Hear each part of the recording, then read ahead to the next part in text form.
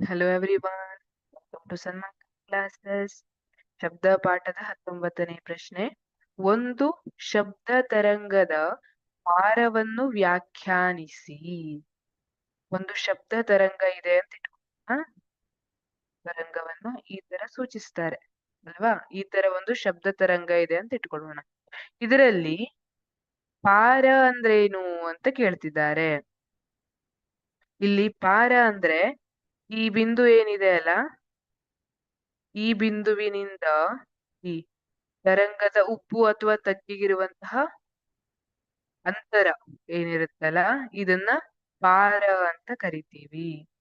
ಶಬ್ದ ತರಂಗವು ಅದರ ಕೇಂದ್ರ ಸ್ಥಾನದಿಂದ ಅಥವಾ ಸಮತೋಲನ ಸ್ಥಾನದಿಂದ, ಇಲ್ಲಿ ನೋಡಿ ಇದು ಕೇಂದ್ರ ಸ್ಥಾನ ಅಥವಾ ಸಮತೋಲನ ಸ್ಥಾನ, ಇದು ಕೇಂದ್ರ ಸ್ಥಾನ ಅಥವಾ ಸಮತೋಲನ ಸ್ಥಾನ.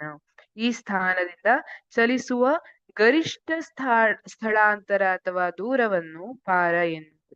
ಇಲ್ಲಿ ಗರಿಷ್ಠ ಸ್ಥಳಾಂತರ ಅಂತ ಹೇಳಿದ್ದಾರೆ. ಇಲ್ಲಿ ನೋಡಿ, ಇದು ಕೇಂದ್ರ ಸ್ಥಾನ ಇದೆ, ಇಲ್ಲಿಂದ ಇದು ಇಲ್ಲಿಗೆ ಚಲಿಸಿದ್ದನ್ನ ಕನ್ಸಿಡರ್ ಮಾಡ್ಲಿಕ್ಕೆ ಬರುವುದಿಲ್ಲ, ಇಲ್ಲಿಂದ ಇದು ಈ ದೂರವನ್ನ ಕನ್ಸಿಡರ್ ಮಾಡ್ಲಿಕ್ಕೆ ಬರುವುದಿಲ್ಲ. ಗರಿಷ್ಠ ಸ್ಥಳಾಂತರ, ಗರಿಷ್ಠ ಅಂದ್ರೆ ಇಲ್ಲಿಗಿದೆ ಅಲ್ವಾ, ಇದನ್ನ ಪಾರ ಅಂತ ಕರಿತೀವಿ. ಶಬ್ದ ತರಂಗವು ಅದರ ಕೇಂದ್ರ ಅಥವಾ ಸಮತೋಲನ ಸ್ಥಾನದಿಂದ ಚಲಿಸುವ ಗರಿಷ್ಠ ಸ್ಥಳಾಂತರ ಅಥವಾ ದೂರವನ್ನು ಪಾರ ಎನ್ನುವರು.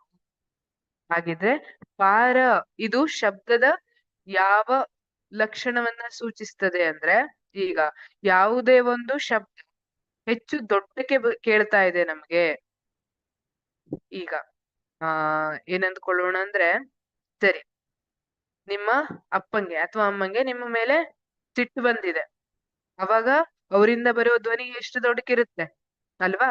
ಅದು ಹೇಗೆ ಪಾರ ಜಾಸ್ತಿ ಆಗಿರತ್ತೆ ಅಲ್ಲಿ. ಈಗ ನಿಮ್ ಮೇಲೆ ಸಿಟ್ಟು ಬಂದಿಲ್ಲ, ಪ್ರೀತಿಯಿಂದ ಕರಿತಿದ್ದಾರೆ, ಅವಾಗ ಧ್ವನಿ ಸಣ್ಣಗಿರುತ್ತೆ ಅಲ್ವಾ? ಅದನ್ನ ಏನಂತ ಹೇಳ್ತೀವಿ? ಪಾರ ಕಡಿಮೆ ಇದೆ ಅಂತ ಹೇಳ್ತೀವಿ. ನೀವು ಶಾಲೆಯಲ್ಲಿದ್ದೀರಿ, ಅಕ್ಕಪಕ್ಕ ಎಲ್ಲ ಶಿಕ್ಷಕರಿದ್ದಾರೆ, ನಿಮ್ಮ ಧ್ವನಿ ಸಣ್ಣಗಿರುತ್ತೆ ಅಲ್ವಾ? ಎಲ್ಲಿ ಟೀಚರ್ಸಿಗೆ ನಾನು ಮಾತಾಡಿದ್ ಕೇಳ್ಬಿಡ್ತದೋ ಅಂತ ಧ್ವನಿ ಸಣ್ಣಗಿರುತ್ತೆ, ಅವಾಗ ಪಾರ ಕಡಿಮೆ ಇರುತ್ತೆ, ನಿಮ್ಮ ಶಬ್ದದ ಪಾರ ಏನಿದೆ ಅದು ಕಡಿಮೆ ಇರುತ್ತೆ. ಅದೇ ಹೊರಗ್ ಬಿದ್ರಿ, ಆಟದ ಗ್ರೌಂಡಿಗೆ ಬಿದ್ರಿ, ಶಾಲೆ ಬೆಲ್ ಹೊಡಿತು, ವಾಪಸ್ ಮನೆಗೆ ಹೊರಟ್ರಿ, ಅವಾಗ ನಿಮ್ಮನ್ನ ಹಿಡಿಯೋರಿರೋದಿಲ್ಲ, ಧ್ವನಿ ದೊಡ್ಡಕ್ಕಾಗ್ಬಿಡ್ತದೆ ಅಲ್ವಾ? ಅಲ್ಲಿ ಪಾರ ಹೆಚ್ಚಾಗಿರುತ್ತೆ ಅಂತ ಹೇಳ್ತೀವಿ. ಹಾಗಾಗಿ ಒಂದು ಶಬ್ದ ತರಂಗದ ಪಾರ ಅಂದ್ರೆ ಶಬ್ದ ತರಂಗವು ಅದರ ಕೇಂದ್ರ ಸ್ಥಾನದಿಂದ ಚಲಿಸುವ ಗರಿಷ್ಠ ಸ್ಥಳಾಂತರ ಅಥವಾ ದೂರವನ್ನ ಪಾರ ಎನ್ನುವರು. ನೀವು ಡೆಫಿನೇಷನ್ಗೆ ಇಷ್ಟನ್ನೇ ಬರೆದ್ರೆ ಸಾಕು. ಶಬ್ದ ತರಂಗವು ಅದರ ಕೇಂದ್ರ ಅಥವಾ ಸಮತೋಲಿತ ಸ್ಥಾನದಿಂದ ಚಲಿಸುವ ಗರಿಷ್ಠ ಸ್ಥಳಾಂತರ ಅಥವಾ ದೂರವನ್ನು ಪಾರ. Thank you.